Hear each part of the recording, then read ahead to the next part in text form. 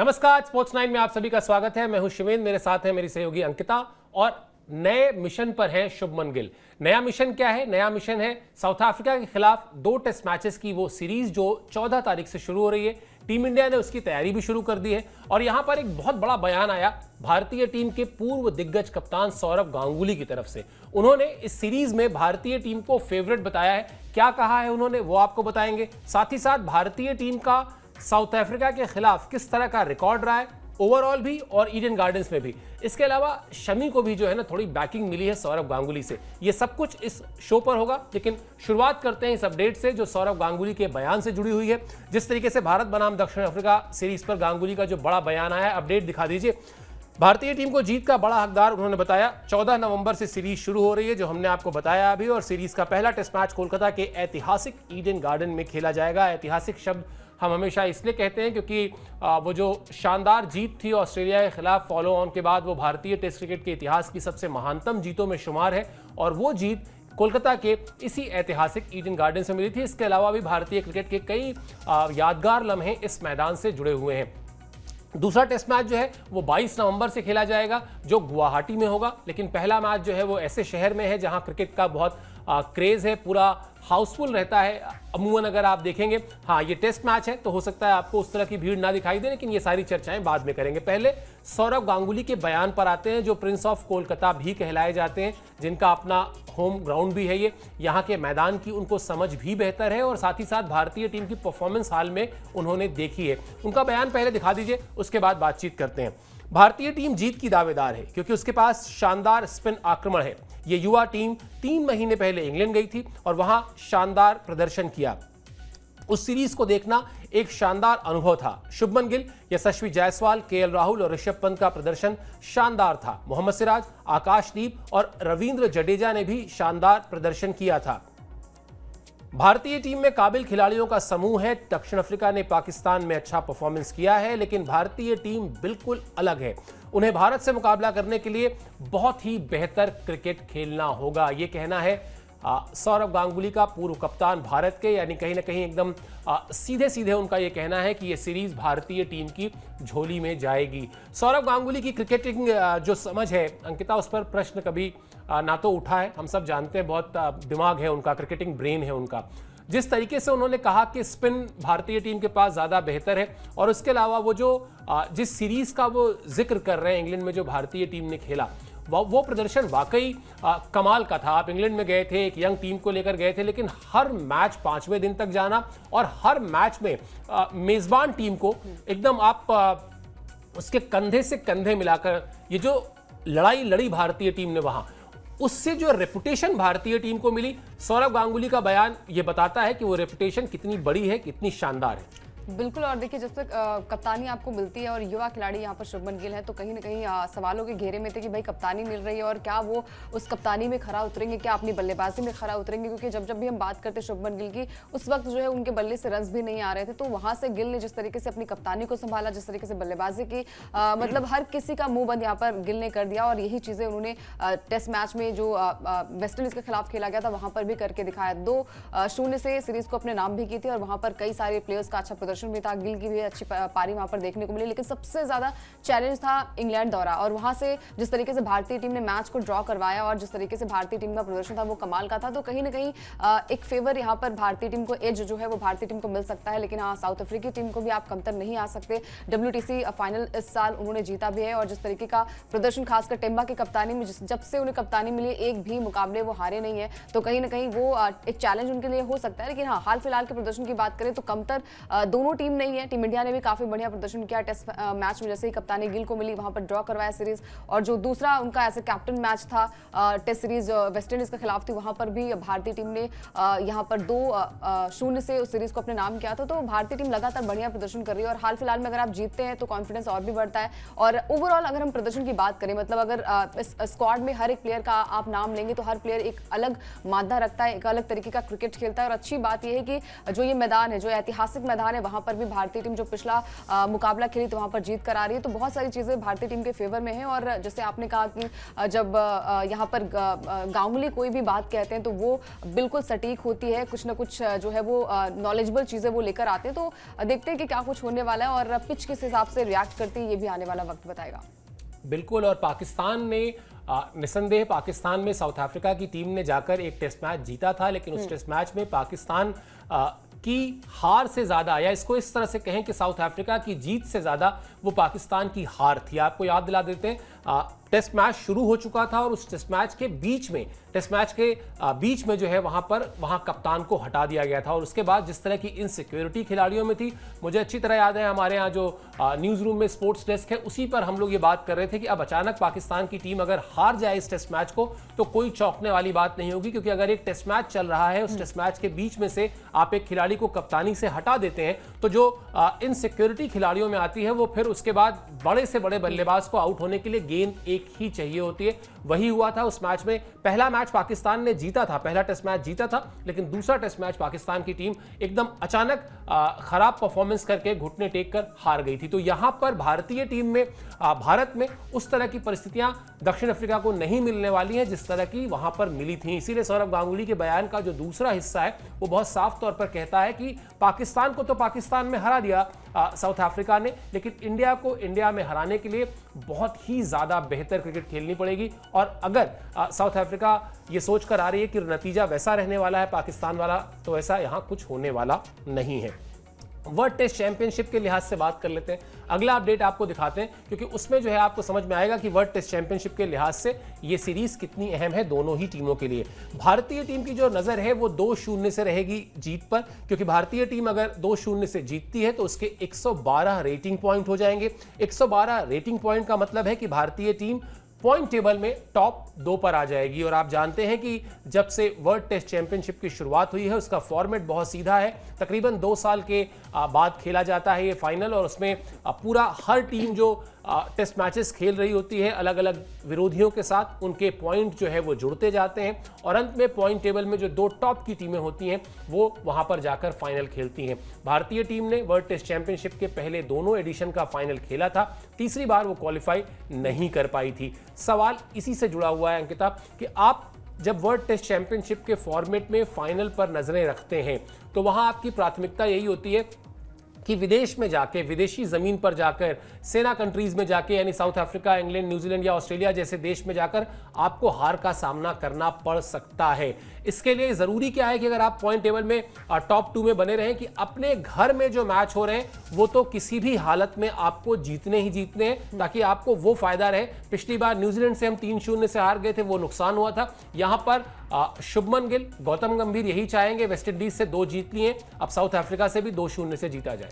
बिल्कुल। और देखिए मतलब आप अगर पिछला मुकाबला उठाकर देखेंगे वहां पर भी वेस्ट इंडीज को जिस तरीके से भारतीय टीम ने हराया था, और ये चलिए ठीक है वहां पर बहुत ऐसे प्लेयर्स नहीं थे और बहुत बड़ी टीम यहाँ पर वेस्ट इंडीज की नहीं थी, लेकिन जिस तरीके से साउथ अफ्रीकी टीम जो है वो कमाल का प्रदर्शन कर रही है तो टफ चैलेंज यहाँ पर हो सकता है। लेकिन हाँ, जिस तरीके की कंडीशंस भारतीय टीम को चाहिए होती है और जिस तरीके का स्पिन डिपार्टमेंट भारतीय टीम के पास है, तो कहीं ना कहीं एज जो है वो भारतीय टीम के पास भी दिखाई दे रहा है। और सबसे अच्छी बात है, जैसे आपने कहा कि मतलब जितने ज्यादा मैचेस आप अपने कंडीशंस में अपने घर में आप जीतेंगे तो आपके लिए बेनिफिट होगा। और सेना कंट्रीज में अगर आप वहां से कुछ मैचेस आप जीत लेते हैं तो कहीं ना कहीं टॉप 2 में बने रहने के लिए आपको मैच तो जीतना है, लेकिन हाँ बेनिफिट जहां पर आपको मिलता है वहां पर आप अपॉर्चुनिटी को ग्रैब कर सकते हैं। और जिस तरीके का हम लगातार बात करें, जो इंग्लैंड सीरीज हुई थी वो सबसे ज्यादा इंपॉर्टेंट थी, वहां पर हर एक प्लेयर का एक अच्छा कॉन्ट्रीब्यूशन देखने को मिला था, चाहे शुभमन गिल की बात हो, चाहे जायसवाल की बात हो। और जायसवाल की बात इसलिए लगातार हो रही है क्योंकि वो जिस तरीके के फॉर्मेट खेलते हैं, टेस्ट फॉर्मेट में जिस तरीके का एक अलग इंटेंट उनका नजर आता है। और हाल फिलहाल में जो रणजी ट्रॉफी, रणजी मैचेस थे वहां पर भी हमने देखा है उन्हें अच्छी बल्लेबाजी करते दिखाई दी। और ये दर्शाता है कि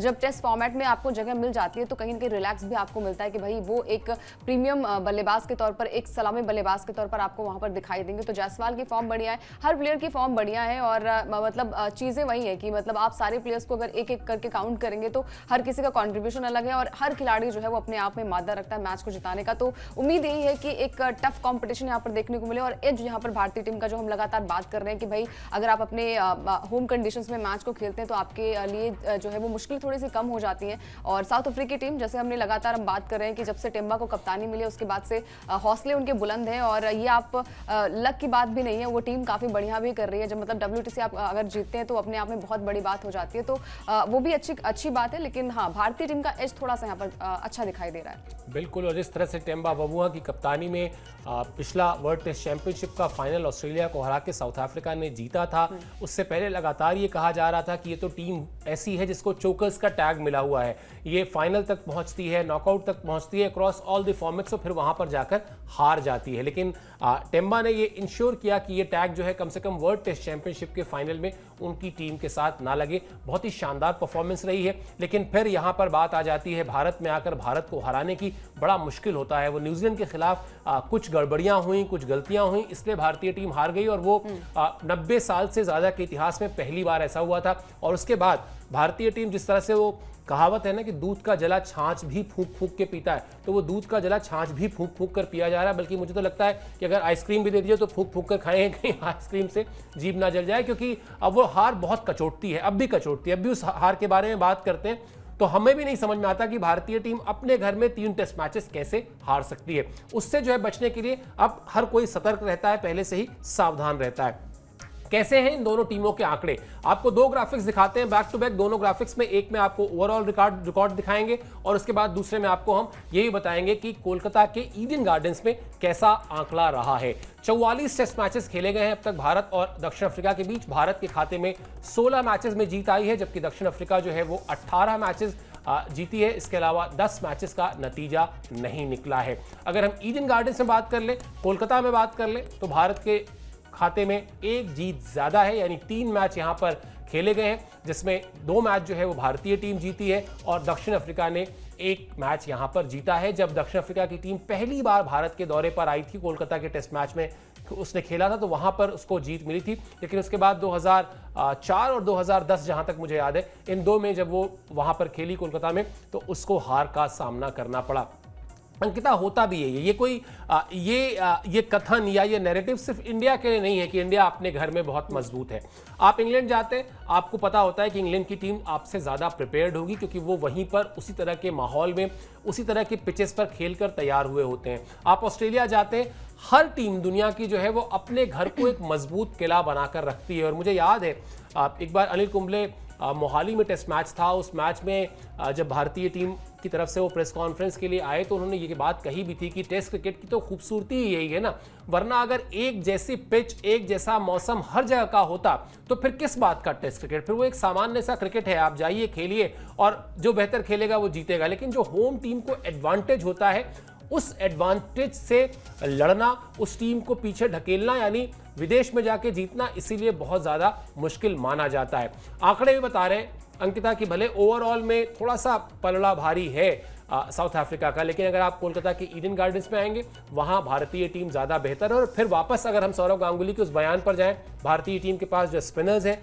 भारतीय टीम के पास जो पेस अटैक है, वो बिल्कुल अलग है। अपनी पिच पर, अपने मैदानों पर वो और ज्यादा प्रभावशाली हो जाता है और ज्यादा एक्यूरेट हो जाता है। बिल्कुल। और देखिए मतलब यहाँ पर अगर देखा जाए तो आंकड़े भी बहुत ज़्यादा ऊपर नीचे नहीं है, मतलब 19-20 का यहाँ पर आप अंतर देख सकते हो ओवरऑल। लेकिन हाँ, जब बात आती है मैदान की, इंडिविजुअल मैदान की, और ईडन गार्डन में जिस तरीके से भारतीय टीम के रिकॉर्ड है, 2 मैच यहाँ पर भारतीय टीम ने जीते हैं, और कहीं ना कहीं दर्शाता है कि आपके हिसाब से कंडीशंस आपके हिसाब से हैं, और ये चीज़ें भी मैटर करती हैं कि वो एज आपका ज़्यादा है। अगर आप अपने होम कंडीशंस में खेलते हैं तो आपको पता होता है कि कहाँ की पिच किस तरीके से रिएक्ट करने वाली है और कहाँ पर जो है वो आप अच्छा एक अलग तरीके का कॉम्बिनेशन आप वहाँ पर निकाल सकते हैं। और जिस तरीके की भारतीय टीम हाल फिलहाल में नजर आ रही है, तीनों फॉर्मेट की बात करें तो बहुत ही बढ़िया कॉम्बिनेशन, बहुत ही बढ़िया प्लेयर्स, और जो युवा खिलाड़ी है ना वो अलग तरीके का क्रिकेट भी खेल रहे हैं, अपने सीनियर खिलाड़ियों से सीख रहे हैं। और जैसे हमने बार मैं जायसवाल की बात इसलिए करती हूँ क्योंकि जब भी जायसवाल टेस्ट फॉर्मेट में आते हैं, एक अलग तरीके का इंटेंट उनमें नजर आता है, एक अलग तरीके की मैच्योरिटी आप देख लीजिए, जिस तरीके की बल्लेबाजी करते हैं, और खासतौर पर वो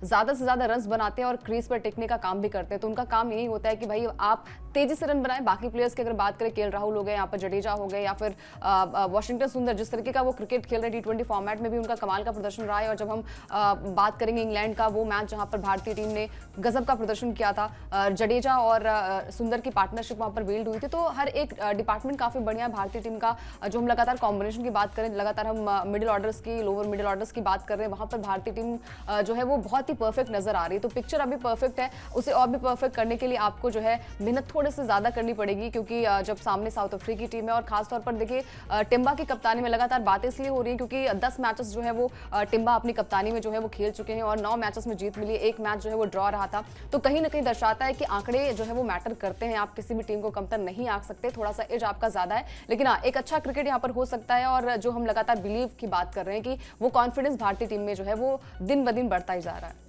बिल्कुल, ये बात तो है कि इस टीम के खिलाड़ियों में, यंगस्टर्स में वो जिगरा है। अगर क्रिकेट की भाषा में कहें, बिशन सिंह बेदी कहते थे कि जब खेलना है, क्रिकेट के मैदान में उतरना है, तो फिर वो जिगरा होना चाहिए। आप स्पिनर हैं तो आपके अंदर वो जिगरा होना चाहिए कि आप फ्लाइट कराएं और फिर बल्लेबाज को ललचाएं कि आओ मुझे मारो, और अगर छक्का पड़ जाता है तो उससे घबराएं नहीं। तो वो जिगरा है इस टीम में। वो चाहे बल्लेबाज की बात कर लें लगातार, यशस्वी जायसवाल की बात कर रही हैं अंकिता, या फिर आप बॉलर्स की बात कर लें, या आप स्पिनर्स की बात कर लें, ये टीम एक डिफरेंट टीम है। जो टीम हम देखा करते थे आज से 15-20 साल 25 साल पहले, उस टीम से इस टीम को परवाह नहीं कि सामने कौन है। चलिए कोलकाता की बात कर लेते हैं थोड़ी सी, और आपको ईडन गार्डन से जो और इंपॉर्टेंट इन्फॉर्मेशन आई है वो बता देते हैं। अव्वल तो ये कि अगला अपडेट दिखा दीजिए, 6 साल बाद यहां पर टेस्ट मैच खेला जाएगा, क्योंकि जो पिछला टेस्ट मैच था वो डे नाइट टेस्ट मैच था, पिंक बॉल टेस्ट मैच था, जहां भारत ने बांग्लादेश को हराया था। शुरुआत में पिच पर अच्छी उछाल देखने को मिलेगी, ऐसा कहा जा रहा है। इसके अलावा जो विकेट है वो काली मिट्टी की पिच पर खेला जाएगा वो मुकाबला, और पिच पर तेज गेंदबाजों को रिवर्स स्विंग भी मिलेगी। तो ये जो अब अगर आप सौरव गांगुली का जो स्टेटमेंट था उससे इन चीज़ों को जोड़ दें, यानी शुरुआत में आपको उछाल मिलेगी, तो आपके पास सिराज हैं, आपके पास बुमराह हैं, कुल मिला जुलाकर आपके पास टेस्ट मैच जीतने के लिए वो जो सबसे बेसिक रिक्वायरमेंट है कि आपके पास ऐसे गेंदबाज होने चाहिए जो 20 विकेट ले सकें। और इस तरह से अगर पिच से मदद मिलती है अंकिता, तो फिर वो बॉलिंग लाइनअप ऐसा है जो विरोधी टीम के 20 विकेट ले सकता है, और ये लगातार भारतीय टीम करते हुए आई है। अगर इस समय अगर आप देखें, मतलब ये बहुत डंके की चोट पर कहा जा सकता है कि पिछले कुछ समय में अगर भारतीय टीम कभी भी हारी है अनएक्सपेक्टेड, तो वहां गेंदबाजों के मुकाबले बल्लेबाजों की गलती रही है। गेंदबाज हमेशा जो है वो बेहतर करते आए हैं, और टेस्ट फॉर्मेट में तो आपके लिए जीत की कुंजी ही यही है, 20 विकेट लेना आना चाहिए। उस पर से ये विकेट का जो बिहेवियर हम बता रहे हैं आपको, निश्चित तौर पर भारतीय बॉलर्स जो है वो यहां पर एक बेहतर परफॉर्मेंस के लिए तैयार होंगे, मेंटली भी और मैच में उतरने के बाद भी। बिल्कुल, और यहाँ पर सबसे ज्यादा तारीफ जो है वो सिराज की करनी बनती है, क्योंकि जब जब भी सिराज मैदान पर आते हैं और कहीं ना कहीं वो लगातार बातें भी कर रहे थे कि भाई मैं, क्योंकि उन्हें आराम भी नहीं दिया गया था, और वो कह भी रहे थे कि भाई मैं एक सीनियर प्लेयर के तौर पर अपने आप को गिनता हूँ, अपने आप को काउंट करता हूँ, और वो प्रेशर लेने का अभी अगर आप में जिगरा है, अभी आप और भी ज्यादा क्रिकेट खेल रहे हैं तो कोई दिक्कत वाली बात नहीं है।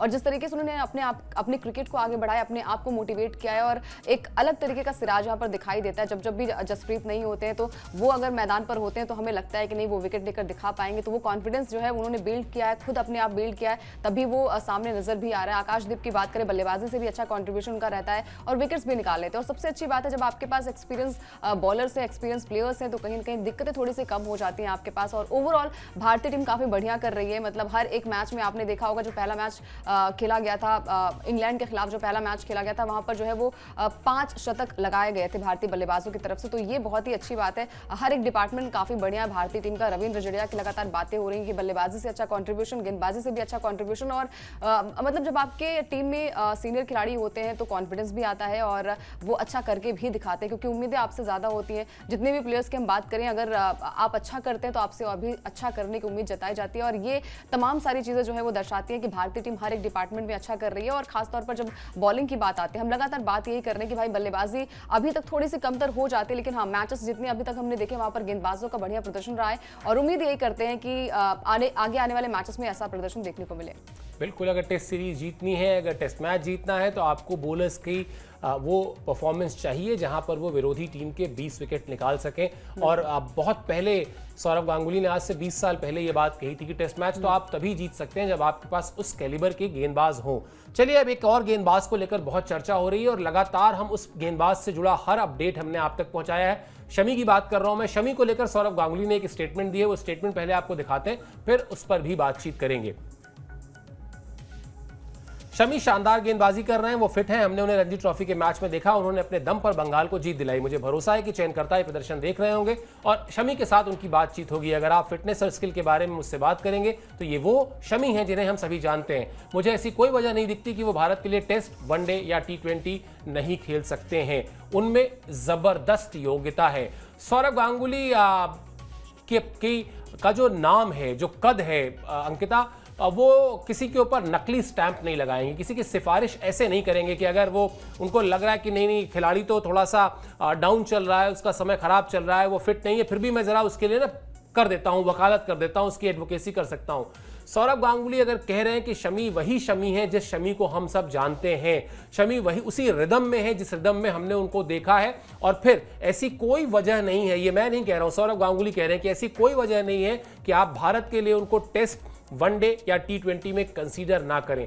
मुझे लगता है शायद एक बीच का रास्ता निकालना चाहिए, वो बीच का रास्ता, क्योंकि अभी तो देखिए, अभी तो आप चाहे वो सोशल मीडिया उठा के देख लीजिए, चाहे प्रिंट मीडिया उठा के देख लीजिए, हर जगह ये नैरेटिव हो चुका है कि क्या मोहम्मद शमी अब भारत के लिए अपना आखिरी मैच खेल चुके हैं। तमाम जगह हमने भी इस लाइन पर स्टोरी की है, लेकिन मुझे ये लगता है कि अगर सौरव गांगुली ऐसा कह रहे हैं, अगर मोहम्मद शमी में अभी भी पोटेंशियल है, कहीं ना कहीं बीच का एक रास्ता निकालना चाहिए। किसी बड़े खिलाड़ी को, किसी पूर्व क्रिकेटर को, किसी सेलेक्टर को बातचीत करनी चाहिए और कोशिश ये करनी चाहिए कि शुभमन गिल, गौतम गंभीर और मोहम्मद शमी में एक कम्युनिकेशन हो, अजीत अगरकर की मौजूदगी में, चाहे वो जैसे भी हो, फोन पर हो, बुलाकर हो, लेकिन ये मामला आप सुलझाना चाहिए। अगर उनके अंदर दमखम है तो वो डिजर्व करते हैं खेलना। बिल्कुल, और सबसे सही रास्ता यही है कि जब आप बातचीत करते हैं, जब आप कम्युनिकेट करते हैं, तभी चीज़ें जो है वो निकलकर सामने आती है, पॉजिटिव चीज़ें निकलकर सामने आती है। तो बैठकर बातचीत यहाँ पर करनी चाहिए। और जब भी हम बात करते हैं मोहम्मद शमी की, तो उन्होंने ये भी कहा था, इंटरव्यूज़ में कहा था उन्होंने कि मतलब भले ही उन्हें टीम में मौका नहीं मिल रहा है, लेकिन वो डोमेस्टिक खेलेंगे, वो मैच खेलेंगे, वो मैदान नहीं छोड़ेंगे। तो ये अच्छी अप्रोच है उनकी, अच्छी बात है। और ये तमाम सारी चीज़ें उन्हें भी पता है कि भाई इतने सारे प्लेयर्स हैं, इतने सारे टैलेंट्स हैं, और खासकर जब युवा खिलाड़ियों की बात हो रही है तो उन्होंने भी अच्छा कॉन्ट्रीब्यूशन दिया। चाहे हम लगातार बात करें कि हर्षित को मौका क्यों दिया जा रहा है, लेकिन हर्षित ने भी वो करके दिखाया, जब भी मौके मिले मौके का इस्तेमाल किया, चाहे वो बल्लेबाजी से, चाहे वो गेंदबाजी से हो। तो हर प्लेयर की मौजूदगी दर्शाती है। और जब आपको पता होता है कि एज भी एक थोड़ा सा फैक्टर हो जाता है, आपने भी बहुत सारे प्लेयर्स को देखा है कि अच्छा करने के बावजूद भी मौका नहीं मिलता है, थोड़ी सी दिक्कतें होती हैं उन्हें। लेकिन हाँ, जैसे यहाँ पर गांगुली ने कहा कि उन्हें अभी भी वो जिगरा है, अभी भी वो पोटेंशियल है कि वो तीनों फॉर्मेट खेल सकते हैं। हालांकि जगह नहीं बनती अभी दिखाई दे रही, लेकिन हाँ, कहीं ना कहीं उन्हें ये भरोसा रखना पड़ेगा, क्रिकेट खेलते रहना पड़ेगा। रणजी ट्रॉफी की बात करें तो उन्होंने 91 ओवर भी फेंके थे, और इस मैच में जो है वो 5 विकेट हॉल भी लिया था। तो लगातार आप अच्छा क्रिकेट खेल रहे हैं, अच्छा परफॉर्मेंस दे रहे हैं, तो कहीं ना कहीं वो चीज़ें भी जो है वो आपके सामने आएंगी, और थोड़ा सा इंतजार यहाँ पर शमी को करना पड़ सकता है। बिल्कुल, वो इंतजार करें, अब उसके अलावा जो भी करें, लेकिन अब वो कोई बयान ना दें, क्योंकि कई बार बयान देना जो है वो क्रिकेटर्स जो है वो बयान तो दे देते हैं, या उनकी फैमिली से कोई बयान तो आ जाता है, लेकिन वो फ़ायदा पहुंचाने की बजाय नुकसान ज़्यादा कर देता है। चलिए, भारतीय टीम ने अपनी प्रैक्टिस भी शुरू कर दी है, और प्रैक्टिस में जो कुछ हुआ है, वहाँ से जिस तरह के अपडेट्स निकल कर आएंगे वो हम आपको लगातार अपडेट करते रहेंगे, शॉर्ट्स के जरिए, वीडियोज़ के जरिए और अपने लाइव शोज़ के जरिए। आपसे रिक्वेस्ट एक बार फिर यही है कि जो प्यार आप हमें देते रहें वो आगे भी देते रहिए, सब्सक्राइब करते रहिए, खुद भी करिए, और अपने आस पड़ोसियों को, दोस्तों से भी कहिए कि स्पोर्ट्स 9 को सब्सक्राइब करें। फिलहाल इस शो के लिए आपने समय निकाला, मेरी तरफ से, अंकिता की तरफ से बहुत बहुत शुक्रिया, बहुत बहुत धन्यवाद।